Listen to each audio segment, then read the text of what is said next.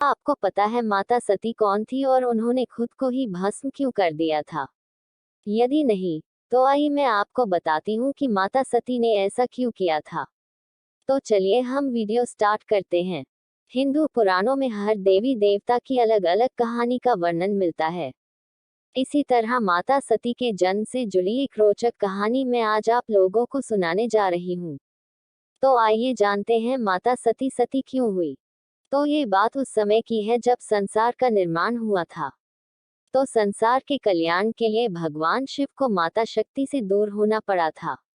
शिव और माता शक्ति को फिर से एक करने के लिए ब्रह्मा जी ने अपने पुत्र प्रजापति दक्ष को आदेश दिया कि वो माता शक्ति की पूजा करे। दक्ष प्रजापति की 6 पुत्रियां थीं और सभी रूपवान और गुणवान थीं। लेकिन राजा दक्ष को उनसे संतोष नहीं था। वे चाहते थे कि उनकी एक ऐसी पुत्री हो जो सर्वशक्ति संपन्न हो। इसके लिए राजा दक्ष माता शक्ति का घोर तप करने लगे। तप करते हुए कई दिन बीत गए। दक्ष के तप से प्रसन्न होकर मां शक्ति ने उन्हें दर्शन दिए और कहा कि मैं तुम्हारे तप से प्रसन्न हूँ, बताओ क्या वरदान मांगते हो।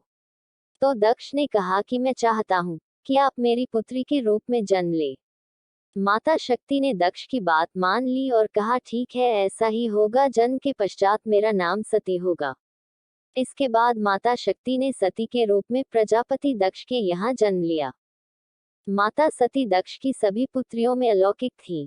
बाल्यावस्था से ही उन्होंने अपनी माया दिखानी शुरू कर दी थी, जिसे देखकर दक्ष भी विस्मय में पड़ जाते थे। धीरे धीरे माता सती विवाह योग्य हो गई तो दक्ष को उनके लिए वर की चिंता होने लगी। उन्होंने ब्रह्मा जी से परामर्श मांगा। परमपिता ब्रह्मा जी बोले, सती शक्ति देवी का अवतार है, वे आदि शक्ति हैं और शिव आदि पुरुष, अतः शिव के अतिरिक्त सती से विवाह के लिए कौन उचित होगा। ये प्रस्ताव दक्ष को पसंद नहीं आया, क्योंकि जब ब्रह्मा जी ने संसार बनाया था तब उनमें घमंड आ गया था। वह कुछ भी कर रहे थे, किसी देवी देवता की बात नहीं मान रहे थे, जिसकी वजह से शिव जी ने उनका 5वां सर यानी घमंड वाला सर काट दिया था और उनको श्राप दिया था कि जो संसार उन्होंने बनाया है उसमें कभी उनकी पूजा नहीं होगी। इसी वजह से दक्ष हमेशा शिव के विरोधी थे। ये YouTube पर मेरा दूसरा वीडियो है। इससे पहले मेरा वीडियो था शिव ने अर्धनारीश्वर रूप क्यों लिया था। अगर आप वो वीडियो देखना चाहते हैं तो उसका लिंक आपको डिस्क्रिप्शन में मिल जाएगा, आप वहां से देख सकते हैं।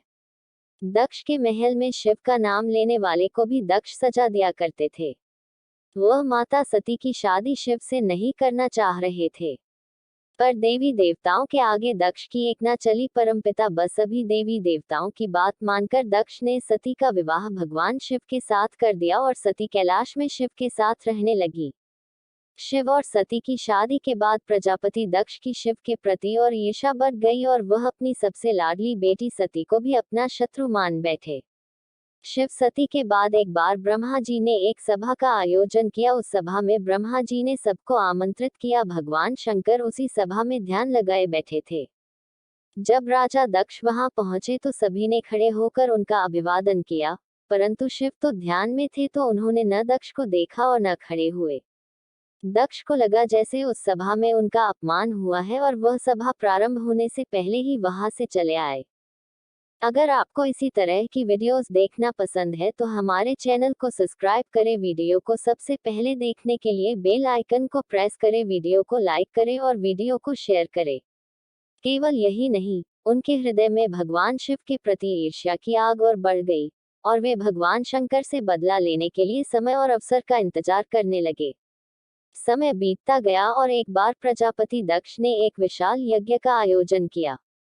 इस यज्ञ में सभी देवताओं और मुनियों को बुलाया, परंतु शिव से बैर भाव के कारण उन्होंने भगवान शिव और माता सती को उस यज्ञ में आमंत्रित नहीं किया। जब माता सती को ये बात पता चली तो वे क्रोधित हो गईं। उस समय भगवान शंकर समाधि में थे, अतः वे शिव जी से अनुमति लिए बिना ही वीरभद्र, जो कि शिव जी का ही एक स्वरूप है, उनको साथ लेकर अपने पिता के घर चली गईं। यज्ञ में सभी देवी देवता शामिल हुए थे, लेकिन भगवान शिव को न देखकर वे क्रोधित हो उठी। तो उन्होंने अपने पिता से उस अपमान का कारण पूछा तो उनके पिता दक्ष ने उनको अपमानित करते हुए कहा कि तुम्हारा पति श्मशानवासी और भूतों का नायक है। उसमें ऐसा क्या है जिससे मैं उसे इस यज्ञ में आमंत्रित करता, वह तुम्हें बाघंबर छोड़कर और पहना ही क्या सकता है। दक्ष के कथन से सती के हृदय में पश्चाताप का सागर उमड़ पड़ा। एक स्त्री के लिए उसका पति ही सब कुछ होता है। अपने पति के लिए अपमानजनक शब्दों को सुनकर वे बोली, इस सभा में मेरे सामने मेरे पति का अपमान हुआ है, अब मैं एक क्षण भी जीवित नहीं रहना चाहती। सती यह कहते हुए अग्निदेव से उनका संकल्प पूरा करवाने की प्रार्थना करती हैं, तो अग्निदेव कहते हैं कि माता, आप संसार की माता है, मैं ये पाप नहीं कर सकता। पर सती से शिव का अपमान बर्दाश्त नहीं हुआ तो वह अपनी ही अग्नि से भस्म हो जाती हैं। यज्ञ मंडप में हाहाकार मच गई। वीरभद्र ने क्रोधित होकर उस यज्ञ को छिन्न भिन्न कर डाला। सभी ऋषि मुनि भागने लगे। वीरभद्र ने देखते ही देखते राजा दक्ष का सर धड़ से अलग कर देते हैं। जब माता सती भस्म हो जाती हैं, तब शिव जी की समाधि टूट जाती है और वह तुरंत माता सती के पास पहुंचते हैं, तो माता सती को जमीन पर मृत पाते हैं। आपको हमारे वीडियोस कैसे लग रहे हैं कमेंट करके जरूर बताएं। Thank you for watching, bye.